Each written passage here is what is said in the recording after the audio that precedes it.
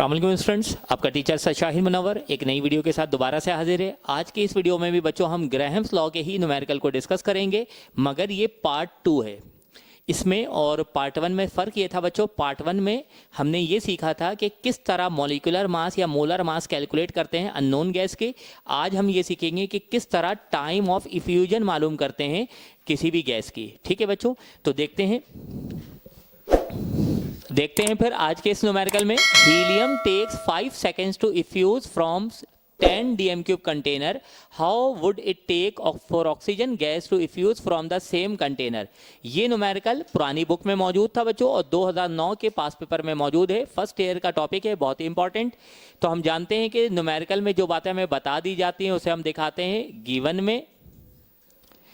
तो इस सवाल में आप गिवन पे देखें, सबसे पहले आपको क्या गिवन है बच्चों, हीलियम को इफ्यूज होने में कितना टाइम लग रहा है, 5 सेकेंड्स। तो टाइम ऑफ इफ्यूजन गिवन है बच्चों हीलियम गैस का, तो THE time of effusion of helium gas given है बच्चों 5 सेकेंड्स।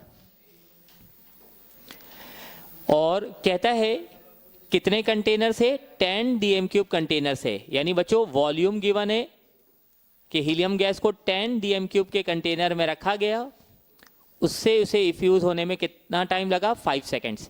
आगे कहता है how would it take for oxygen gas, oxygen gas को कितना टाइम लगेगा इफ्यूज होने में फ्रॉम द सेम कंटेनर। अब जरा इस पर वर्ड पर फोकस कीजिए, यानी ऑक्सीजन गैस को भी कितने वॉल्यूम वाले कंटेनर में रखा गया, सेम कंटेनर का मतलब है बच्चों 10 dm³ कंटेनर में। ये 10 dm³ का कॉन्सेप्ट कैसे आया, उसने सवाल में कहा, आप देख सकते हैं सेम कंटेनर।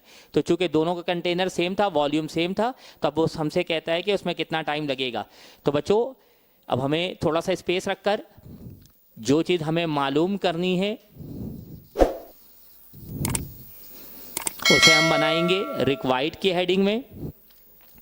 अब देखिए रिक्वायर्ड में उसने हमसे कहा how would it take for oxygen gas to effuse, यानी हमें टाइम ऑफ इफ्यूजन मालूम करना है बच्चों, मगर कौन सी गैस का, ऑक्सीजन गैस का मालूम करना है। तो TO2 हमें मालूम करना है।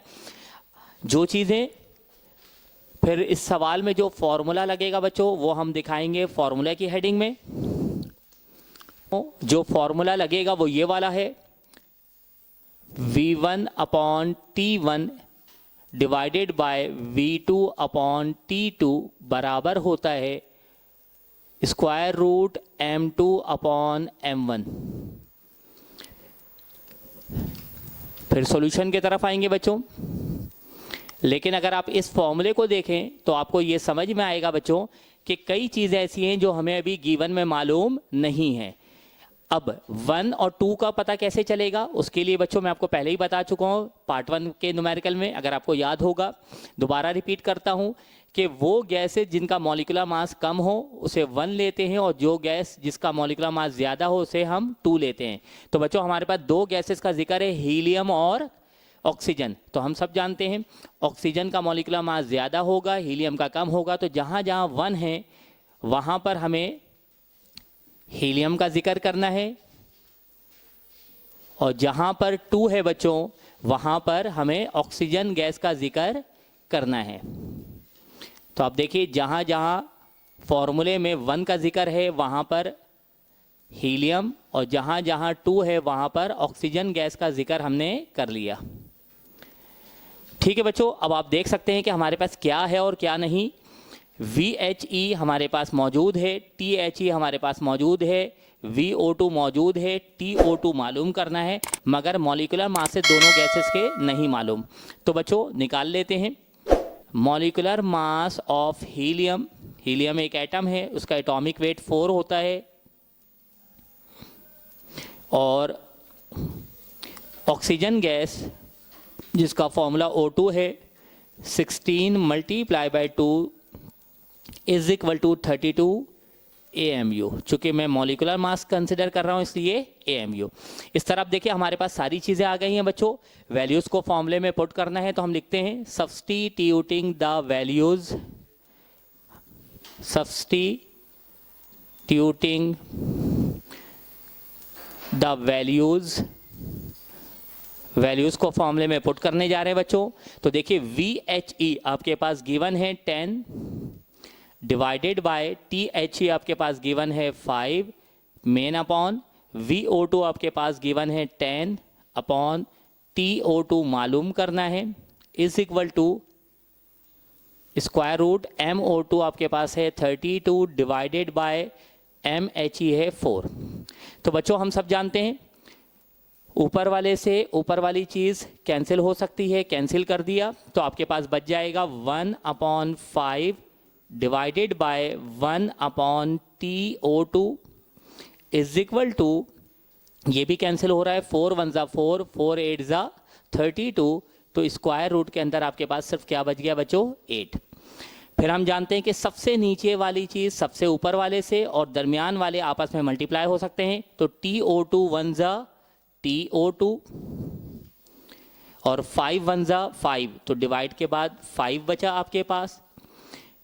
रूट 8 आपको सॉल्व करना है बच्चों, तो 8 का जब रूट आप सॉल्व करेंगे तो आंसर आपके पास आएगा 2.82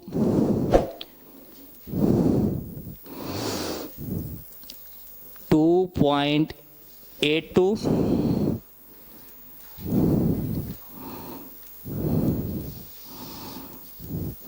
ठीक है 2.828 ये आपके पास आंसर आ गया बच्चों।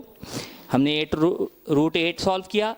अब देखिए जो चीज़ मालूम करनी होती है उसे हम सेपरेट करते हैं, तो हमें TO2 सेपरेट करना होगा, 5 डिवाइड में है, दूसरी तरफ जाकर बच्चों क्या हो जाएगा मल्टीप्लाई। तो देखिए TO2 is equal to 2.828 multiply by 5।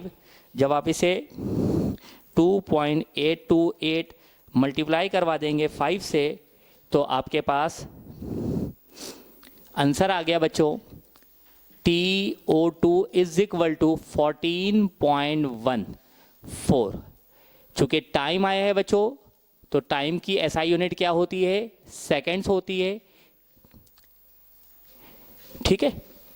तो हमें समझ में आ गया बच्चों कि देखिए ऑक्सीजन गैस को 10 DMQ वाले सेम कंटेनर से इफ्यूज होने में कितना टाइम लगेगा 14.14 सेकंड लगेगा। चूंकि मास ज़्यादा है रेट ऑफ डिफ्यूजन कम होगी बच्चों। उम्मीद करता हूँ आसान न्यूमेरिकल था, जल्दी समझ में आ गया होगा। अगर आपको मेरी वीडियो पसंद आई है तो लाइक कीजिए और मेरे चैनल्स को सब्सक्राइब कीजिए और अपने दोस्तों के साथ शेयर कीजिएगा। अपना ख्याल रखिएगा बच्चों, नेक्स्ट वीडियो में मुलाकात होगी।